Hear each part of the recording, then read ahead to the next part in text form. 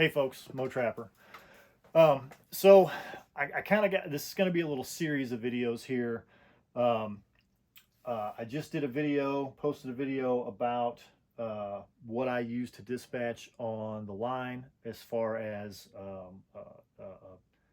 a shooting dispatch, right? So taking a shot and dispatching the animal like that.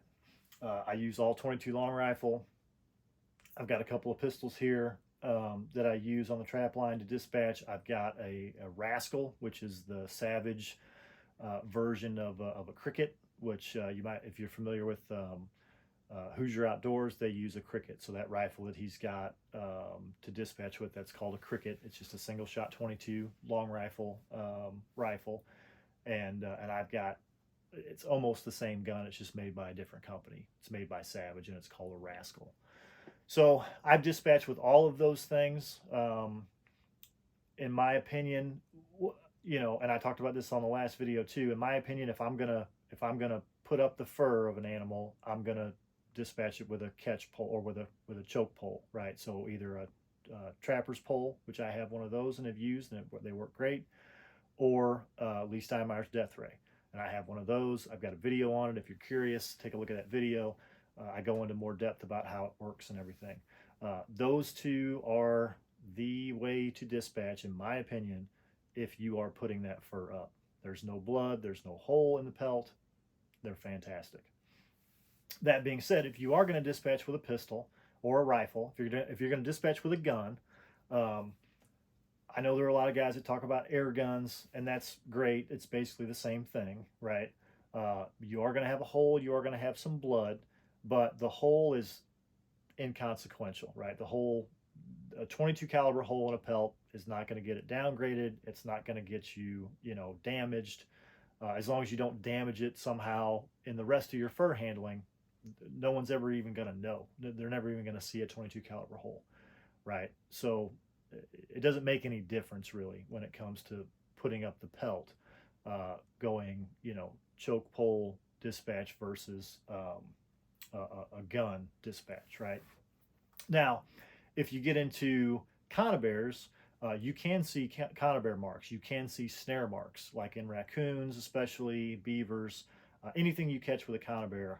If you skin and flesh that critter, you're going to see that conibear mark. It makes a bruised line, basically. There'll be a dark line where those conibear jaws squeeze that critter. On water animals, it doesn't make any difference. I think on coons you might get downgraded, you might get damage. I'm not sure. I've never caught a coon in a conibear because here in Missouri we can't run big enough conibears on land to really catch raccoons. The biggest we can run is a 5x5.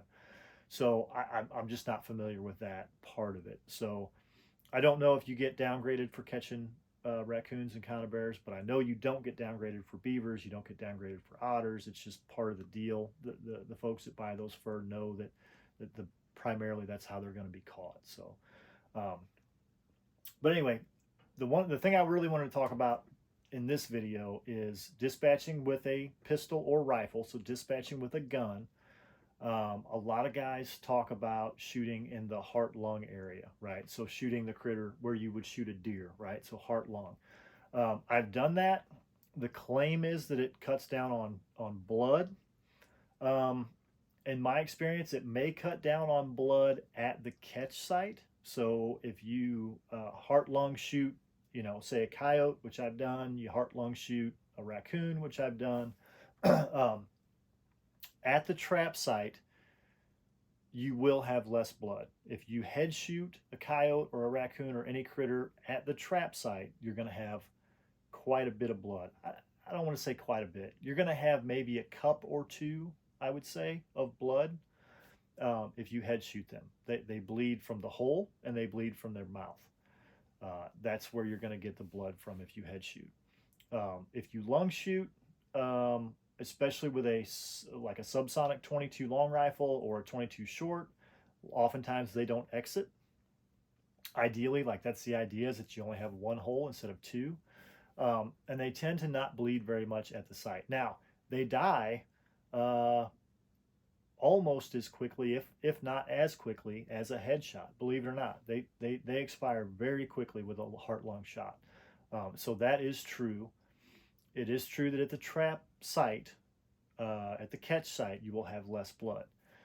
What I have found not to be true is the guys that really talk about heart lung shots a lot, they say that there's no blood. And in my experience, that is not true. There's very little blood at the site, but if you throw that critter in the back of, your side by side or pickup truck, there's blood. You can even throw them down whole side up, and just in the movement, unless you're extremely careful about keeping that whole side up, if they get rocked or moved at all, blood comes out that hole. And I don't really think that it's any less than if you head shoot. So when I head shoot, obviously you're going to take the time to remake the trap. You're going to make time to remake the set, so you're going to have 2-3 minutes there at the site. Most of the blood that's going to come out the mouth and head has come out at that point. So really, when you throw them in the back of the side-by-side or you throw them in the back of the truck, there's just going to be residual kind of constant flow, slow drip kind of stuff coming out for the duration until you get them to wherever you're going and take them out. And I found that it's the same with a heart-lung shot. They bleed. Like if you heart-lung shoot a coyote and throw it in the back of your side-by-side of the back of your pickup truck and think that when you come back there's not going to be blood an hour or 2 hours later, there's going to be blood. So that's my experience. So the other thing I wanted to talk about is the location of a headshot on a fur bearer. Because I've seen comments recently, several comments recently, it seems like there are some folks that are having a little bit of trouble with headshots on fur bearers with 22s. And I think a lot of this comes from just kind of a misunderstanding of where the brain sits on a fur bearer, like within their skull, right? So I don't have any skulls here to show, but if you think about it, if you've ever seen the skull of a coyote, a bobcat, a raccoon, their noses and the front of their faces are a lot longer than a person, right? So a human skull is very flat, like the nose and everything is very flat, and we have kind of a big bulbous brain, basically directly behind our eyes. And I think that's why a lot of guys, whenever they shoot fur bearers with a 22, especially when they're new to it, they tend to try to shoot them right between the eyes, right? Everybody says shoot them right between the eyes.